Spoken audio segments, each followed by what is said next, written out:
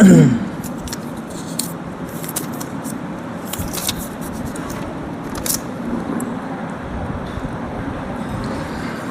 اللہ الرحمن الرحیم الحمد للہ وکفا وسلام علی عباده الذین اصطفى اما بعد فقد قال اللہ تبارک وتعالی فی القرآن المجید والفرقان الحمید فاعوذ باللہ من الشیطان الرجیم بسم اللہ الرحمن الرحیم یا ایہا الذین آمنوا قوا انفسکم واہلیکم نارا وقودها الناس والحجارہ علیہا ملائکۃ غلاظ شداد لا یعصون اللہ ما امرہم ویفعلون ما یؤمرون وقال علیہ الصلاة والسلام وکلکم مسئول عن وکلکم راع وکلکم مسئول عن رعیتہ او کما قال علیہ الصلاة والسلام۔ عزیزان گرامی، اللہ تعالیٰ کی بہت بڑی نعمت، اللہ تعالیٰ کی ویسے تو نعمتیں ہم پر بہت زیادہ ہے، لیکن اللہ تعالیٰ کی ایک نعمت اولاد ہے، اور اگر ہم نے اولاد کی صحیح تربیت نہیں کی تو یہ ہمارے لیے وبال جان بھی بن سکتی ہے، یہ ہمارے لیے جہنم میں جانے کا ذریعہ بھی بن سکتی ہے۔ آج سے پہلے ہم نے اولاد پر بھی باتیں کی ہے، لیکن مستقل بات نہیں کی۔ آج ہم اولاد کے موضوع پر مستقل بات کریں گے اور اس کی تربیت پر مستقل باتیں کریں گے۔ اس لیے آپ تمامی حضرات سے درخواست ہے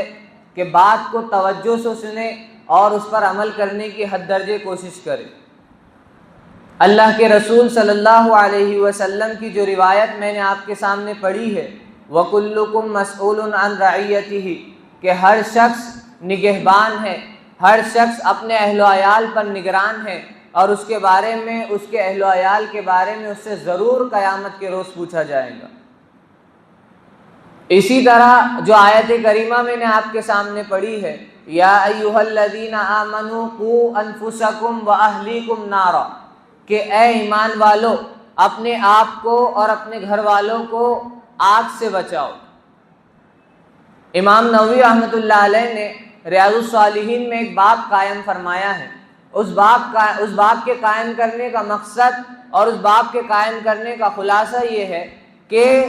نجات کے لیے صرف اپنا عمل کافی نہیں ہے، یعنی ایک انسان یہ سوچے کہ میں نے نمازیں پڑھ لیا بس میرے لیے کافی ہے، ایک انسان یہ سوچے کہ میں نے روزے رکھ لیا یہ میرے لیے کافی ہے۔ نہیں، اپنی اصلاح،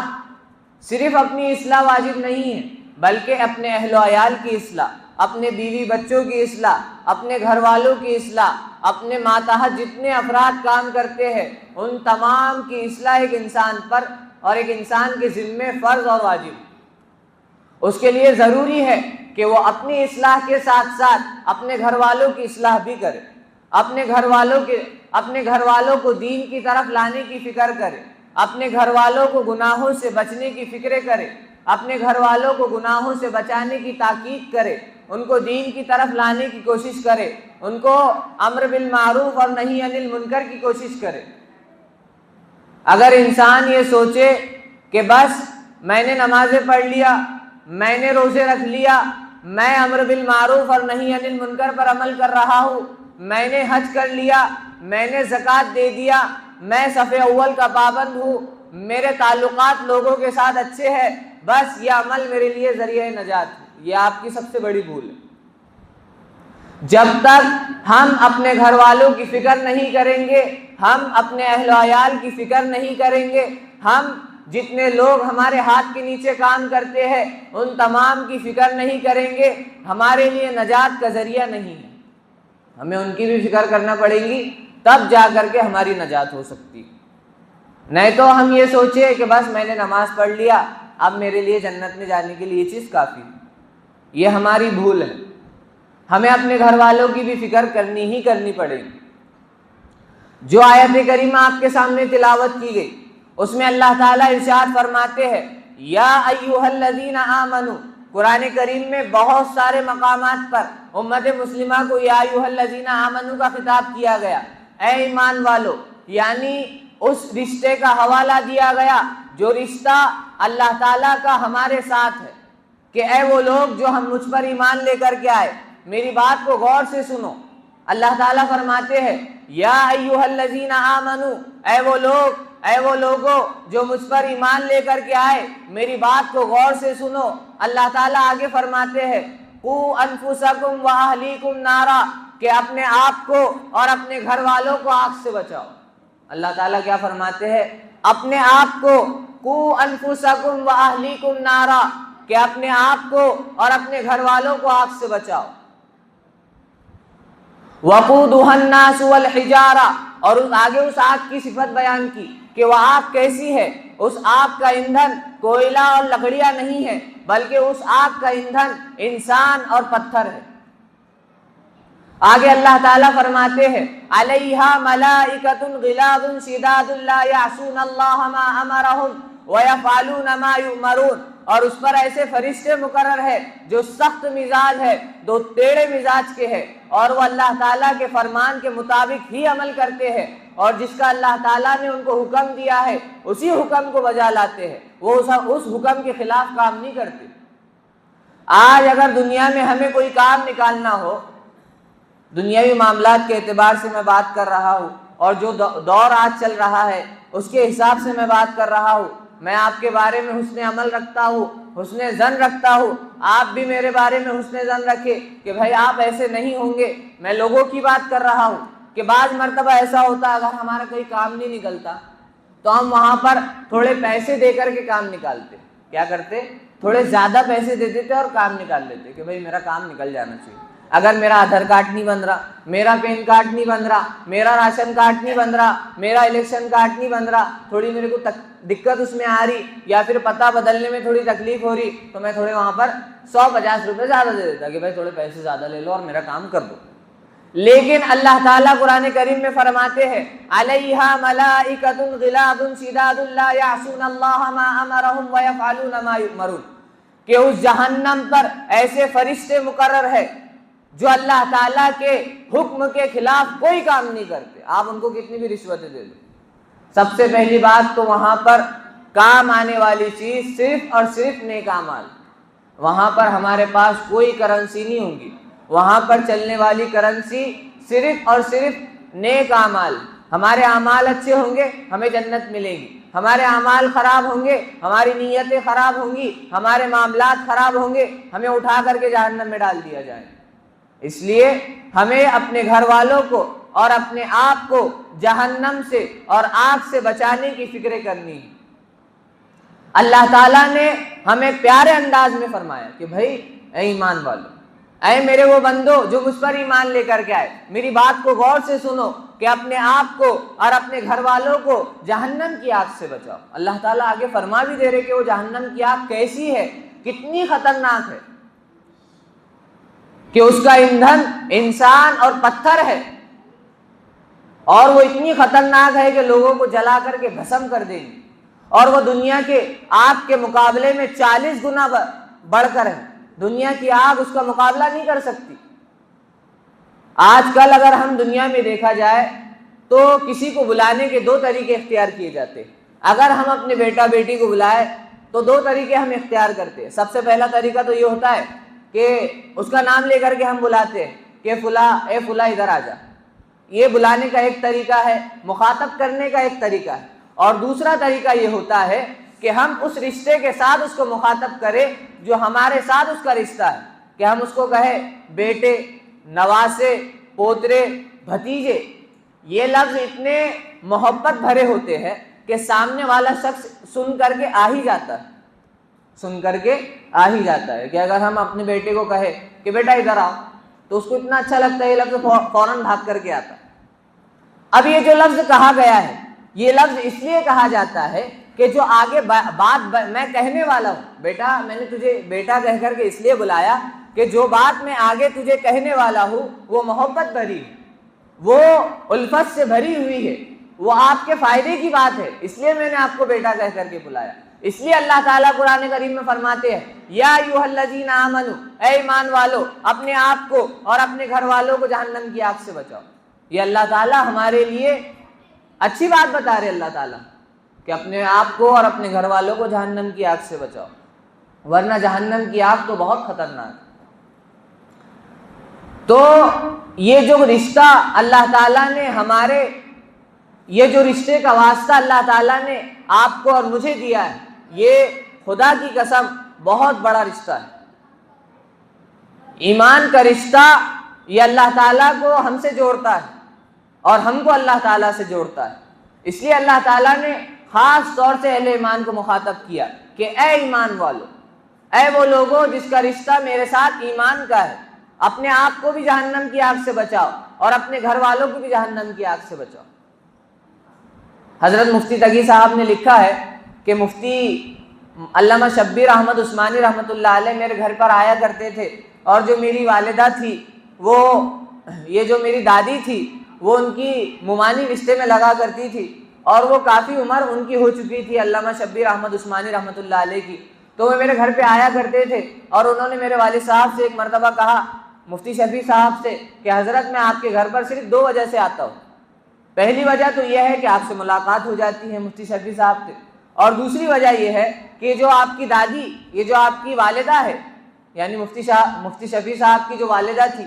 یہ مجھے بیٹا کہہ کر کے پکارتی ہے۔ یعنی دنیا میں مجھے، جو دنیا کے سارے لوگ ہیں اور جو ملک کے سارے لوگ ہیں، وہ مجھے مولانا اور مولوی، علامہ اور کیسے کیسے خطاب سے پکارتے ہیں، لیکن یہ آخری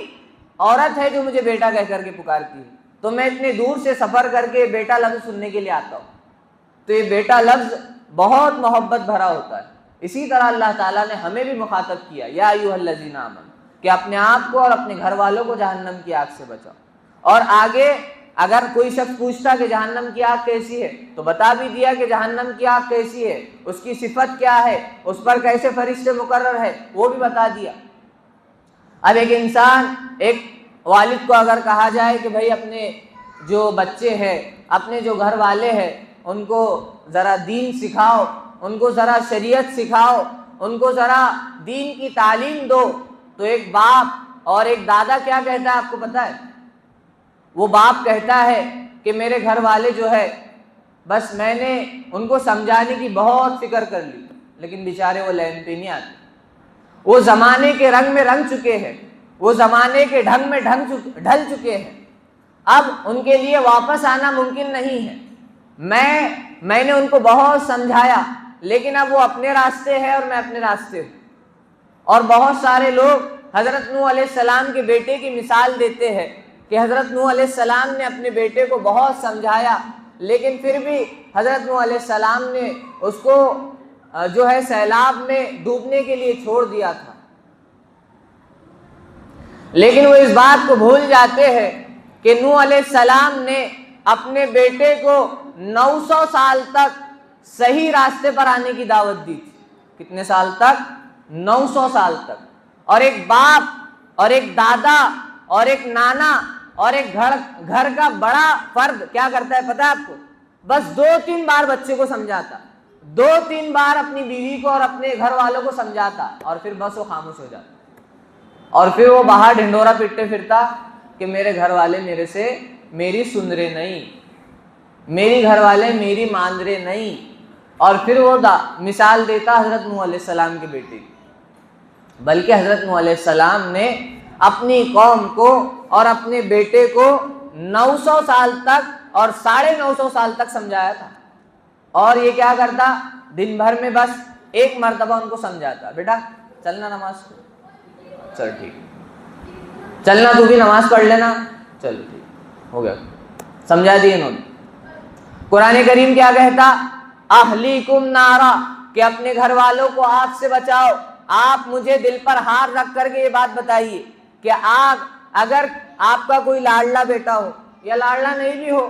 آپ کی کوئی بچی ہو، آپ کا کوئی بیٹا ہو، اور سامنے ایک بڑی آگ جل رہی ہو اور آپ کا بیٹا اس آگ کی طرف جا رہا ہو، تو کیا آپ زبانی الفاظ پر اکتفا کریں گے کہ بیٹا اس آگ کی طرف مت جا، اس آگ کی طرف اگر تو جائیں گا تو جل جائے گا؟ نہیں، آپ کھڑے ہوں گے، بھاگ کر کے جائیں گے اور اس کو پکڑیں گے اور اس کو بٹھائیں گے کہ اس آگ کی طرف کیوں جا رہا، جل جائیں گا تو۔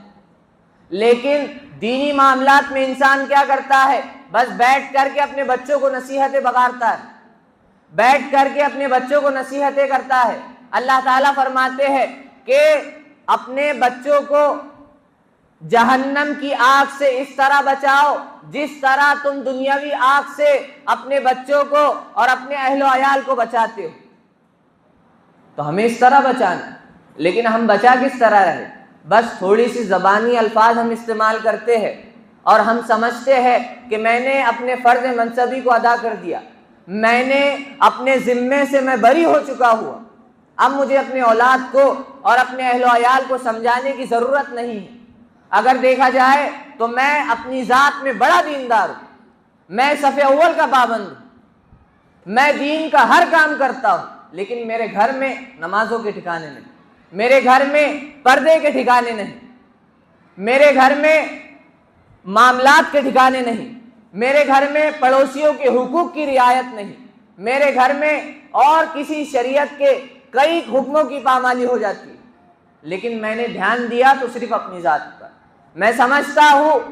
کہ میں اپنی ذات میں نماز پڑھ کر کے کامیاب ہو جاؤں گا، میں سمجھتا ہوں کہ میں نے زکوٰۃ ادا کر دی، میں نے اپنے معاملات کو صاف کر لیا، میں پڑوسیوں کے ساتھ اچھا ہو گیا، بس یہ میرے لیے نجات کے لیے کافی نہیں، یہ آپ کی سب سے بڑی بھول ہے۔ اگر اپنے آپ نے اپنے اہل و عیال کی فکر نہیں کی تو ہو سکتا ہے یہ کل قیامت کے دن آپ کے لیے جہنم میں جانے کا باعث بن جائے۔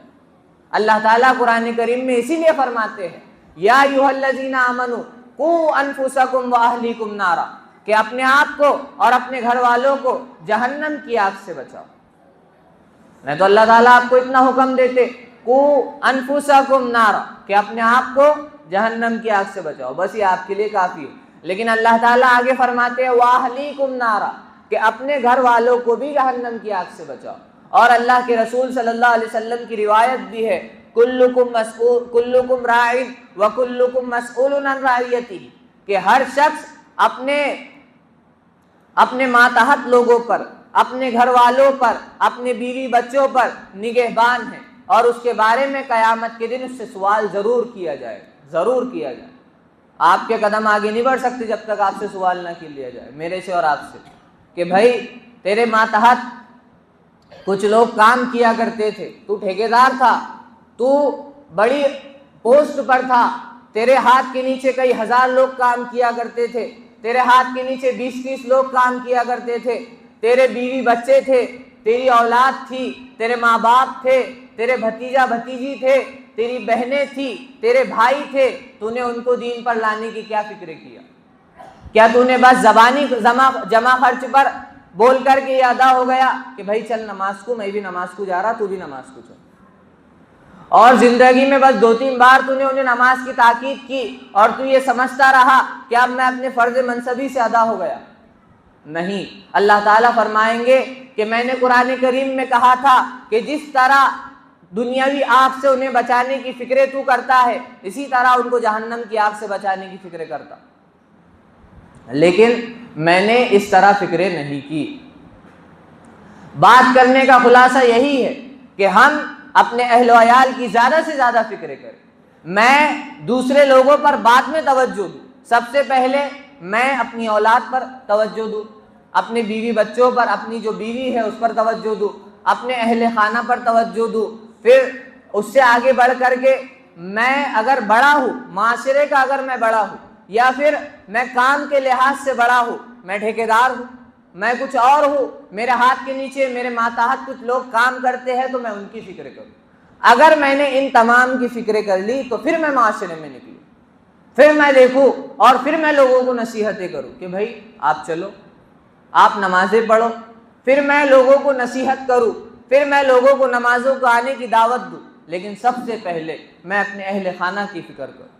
اگر میرے اہل خانہ لین پر نہیں ہے تو میں نے پوری دنیا میں اگر اسلام کا ڈنکا بجا دیا تو ہو سکتا ہے یہ آپ کی نجات کے لیے کافی نہ ہو سکتا ہے، کیونکہ اللہ کے رسول کی صاف روایت میں نے آپ کو سنائی کہ ہر جو ذمہ دار ہے اس سے کل قیامت کے دن سوال کیا جائے۔ تو سب سے پہلے تو آپ اپنے گھر والوں کے ذمہ دار،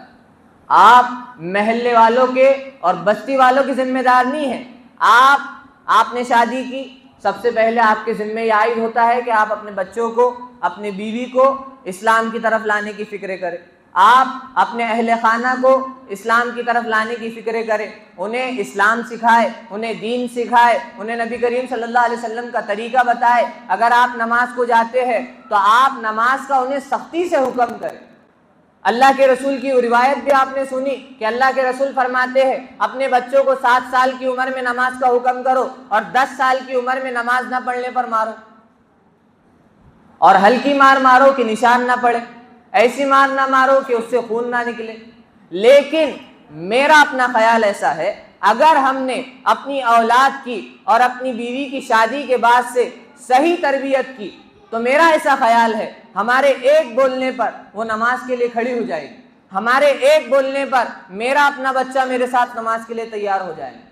لیکن اگر میں نے شروع سے اس کو لاڑ میں سڑایا، شروع سے میں نے اس کی ہر ضد کو پورا کیا، تو پھر کیا خاک آپ کی باتوں سنے؟ کبھی نہیں سنے۔ آپ کا ایک خواب یہ رہ جائے گا کہ میرا بیٹا میری بات کو سنے، وہ قیامت تک آپ کی بات کو نہیں سنے، کیونکہ آپ نے شروع سے اس کو دین نہیں سکھایا۔ اگر شروع سے اس کو دین سکھایا جاتا، اللہ کے رسول کی تعلیمات اس کو بتائی جاتی، قرآنی احکامات اس کو بتائے جاتے، اور علماء کی صحبت اس کو نصیب ہوتی، ہم علماء سے رابطہ رکھتے، ہم اس کو مکتب میں بھیجنے کی فکریں کرتے۔ لیکن آج بچہ بڑا ہو جاتا، بچی بڑی ہو جاتی، پھر ہمارے کو فون آتے، حضرت اس کا قرآن ختم کر دو، بڑی ہو رہی ہے۔ تو ابھی تک آپ کو خیال نہیں تھا کہ بڑی ہو رہی، ابھی آپ کو خیال آیا۔ شروع میں بچہ چھوٹا رہتا تو اس کو پابندی سے بھیجنے کی مکتب میں فکریں نہیں کرتے، بعد میں بڑی ہو جاتی، 10-12 سال کی ہو جاتی، تھوڑی بڑی دکھتی تو پھر حضرت کو فون لگا کے پریشان کرتے کہ حضرت بڑی ہو گئی، ذرا جلدی سے اس سال میں ختم کر دو اس کا قرآن۔ اگر شروع سے آپ فکر کرتے کہ بچہ پابندی سے مکتب میں جائے، گھر پہ اس کو پڑھاتے، تو الحمدللہ اس کا 10-12 سال تک، تیسری چوتھی میں جائے تک، 5ویں میں جائے تک اس کا قرآن ختم ہو جاتا اور تمہاری بچی اور تمہارا بچہ گھر پہ بیٹھ جاتا۔ لیکن اس کی فکر نہیں۔ اللہ تعالیٰ کی ایک سنت ہے، آپ اس بات کو غور سے سنیں۔ اللہ تعالیٰ کی ایک سنت ہے کہ جب بندہ کسی مخلوق کو راضی کرنے کے لیے اللہ تعالیٰ کو ناراض کرتا ہے، جب بندہ کسی مخلوق کو راضی کرنے کے لیے اللہ تعالیٰ کو ناراض کرتا ہے تو اللہ تعالیٰ اس مخلوق کو اس کے سر پر مسلط کر دیتے ہیں۔ یہ اللہ تعالیٰ کی سنت اور یہ اللہ تعالیٰ کا ایک قانون۔ اب میری بات کو غور سے سنو۔ ایک والد صاحب ہے یا پھر دادا ہے، نانا ہے، جو بھی، اس نے کیا کرے، بچہ جو بول رہا اس کی ضد پوری کر لے۔ بچہ اگر بول رہا ابا میں مکتب میں نہیں جا رہا، ٹھیک ہے بیٹا، ابا میں اسکول میں نہیں جا رہا، ٹھیک ہے بیٹا، ابا میرے کو وہ ٹی وی دیکھنے کی ہے، میرے کو وہ چینل، میرے کو موبائل دلا کر کے دو، دلا دیے موبائل۔ اب اللہ تعالیٰ جن باتوں کا حکم کرتے، نماز کا حکم اس نے بچے کو نہیں کرا، روزے کا حکم اس نے بچے کو نہیں کرا، اچھی باتوں کا حکم اس نے بچوں کو نہیں کرا، تو اب اس نے اللہ تعالیٰ کو ناراض کیا،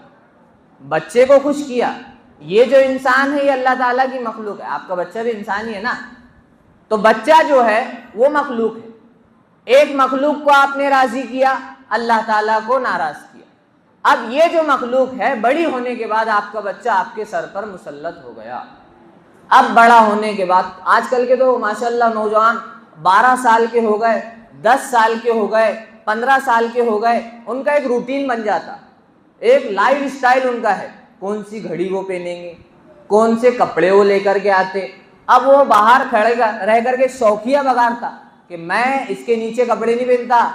میرا یہ معمول ہے، اب میرا یہ لائف سٹائل ہے، اب میں ایسی زندگی جیتا، میں اسی طرح بال کٹاتا، اس کے علاوہ میں اپنے کو جمتا نہیں۔ تو یہ اس کی زندگی ہے۔ یہ زندگی اس کی کیوں بنی؟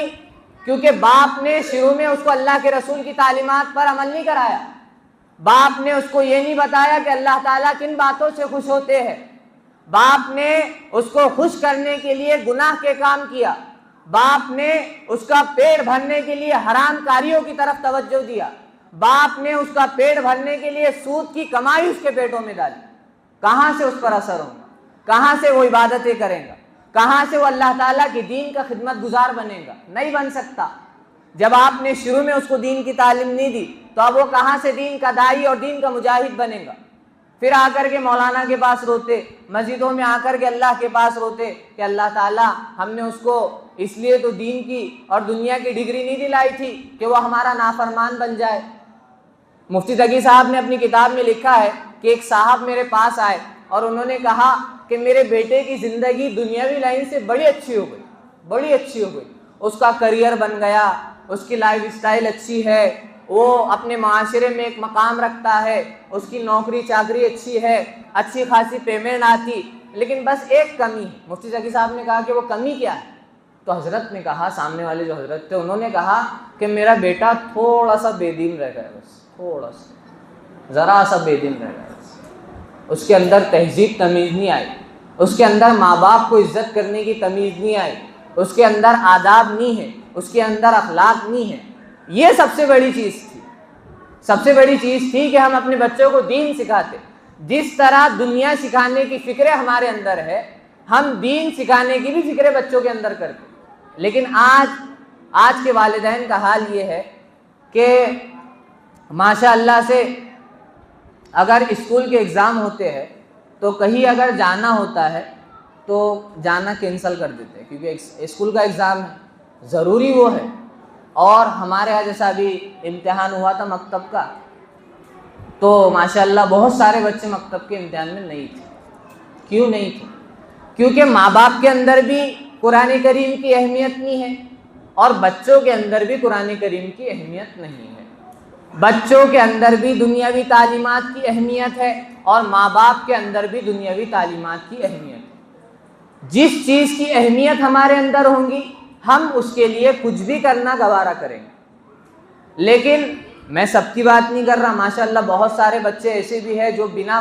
پابندی کے ساتھ مکتب میں آتے، پابندی کے ساتھ، ان کے والدین بھی، ہم بھی فون کر کے بولتے رہتے، ان کے والدین بھی فون کر کے بولتے رہتے، بچے پابندی کے ساتھ مکتب میں آتے۔ لیکن کچھ بچے میں بتا رہا ہوں آپ کو کہ وہ ایگزام دینے بھی مکتب کے اس میں رہے نہیں، اور انہوں نے کہہ دیا کہ ہمیں فلاں شادی میں جانے کا ہے، فلاں جگہ پہ جانے کا ہے۔ لیکن اس اسکول کے ایگزام میں ایسا نہیں ہوتا، بلکہ بعض مرتبہ تو ایسا ہوتا اگر کوئی شادی میں جانے کا رہا تو پوری کی پوری فیملی کینسل کر دیتی جانا کہ نہیں میرے بیٹے کا ایگزام ہے، ہم اس کے ساتھ ہی رہیں گے۔ تو یہ کیوں ہوا؟ کیونکہ دنیاوی محبت اور دنیاوی الفت میرے دل میں بس گئی، دین کی اہمیت کو اور دین کی محبت کو میں نے اپنے دل سے نکال دیا، اس لیے معاشرہ آج بے دین ہوتا جا رہا ہے۔ اور حرام کے لقمے کا اثر کیا ہوتا ہے، میں آپ کو ایک واقعہ سناتا ہوں۔ مولانا یعقوب نانوتوی رحمۃ اللہ علیہ، یہ مولانا قاسم نانوتوی رحمۃ اللہ علیہ کے استاد ہوتے ہیں، یہ فرماتے ہیں کہ ایک مرتبہ میں ایک دعوت میں گیا، ایک جگہ پہ دعوت تھی، میں دعوت میں گیا تو وہاں پر میں نے پہلا لقمہ اٹھایا۔ اب جو اللہ والے ہوتے ہیں ان کو گناہوں کا بھی احساس ہو جاتا ہے اور جو دوسری چیزیں ہوتی ہے، حرام چیزیں، غلط چیزیں، اس کا بھی احساس ان کو ہو جاتا ہے۔ وہ کہتے ہیں کہ میں نے ایک لقمہ اٹھایا اور اپنے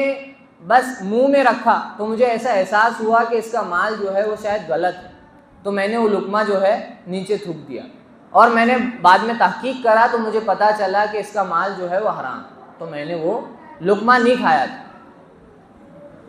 پھر مولانا یعقوب نانوتوی رحمۃ اللہ علیہ فرماتے ہیں کہ اس حرام لقمے کا اثر یہ ہوا کہ مجھے 2 مہینے تک اپنے دل میں یہ وسوسے آتے رہے کہ میں فلاں گناہ بھی کر لوں اور فلاں گناہ بھی کر لوں۔ 2 مہینے تک اس حرام لقمے کا اثر یہ ہوا کہ میرے دل میں خیال آتے رہے کہ میں یہ گناہ بھی کر لوں، یہ گناہ بھی کر لوں۔ تو ہمیں حرام سے بچنے کی بھی فکریں کرنی ہے،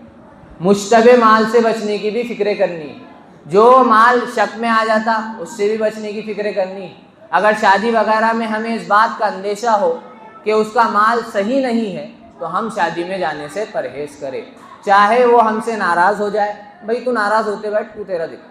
تیرا مال اگر حرام ہے تو ہم اس کی شادی میں جانے سے بچیں، تاکہ ہماری عبادتیں صحیح رہے۔ میری اپنی عبادت نہیں ہو رہی، اگر میں حرام شادی میں چل گیا تو 40 دن تک میری عبادتیں قبول نہیں ہوں گی،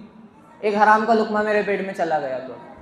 تو اس لیے حرام سے بھی پرہیز کرے، اپنی اولاد کو بھی حرام سے بچائے۔ اور اسی طرح بہت ساری باتیں رہ گئی، بہت ساری، میں نے بہت مضمون دیکھ کر کے آیا تھا لیکن بہت ساری باتیں رہ چکی ہیں، انشاءاللہ اگلے مضمون میں ہم اس کو بیان کریں گے۔ اللہ تعالی ہم تمام کو اپنے اہل خانہ کی اور اپنی اولاد کی اور اپنے ماتحت جتنے افراد ہیں ان تمام کی صحیح تربیت کرنے کی توفیق عطا فرمائے۔ اللہ تعالیٰ سے دعا ہے کہ اللہ تعالیٰ کہی گئی بات پر عمل کرنے کی توفیق عطا فرمائے۔ جن حضرات کی سنتیں باقی ہے وہ اپنی سنتوں کو ادا کرے۔ وآخر دعوانا الحمدللہ رب العالمین۔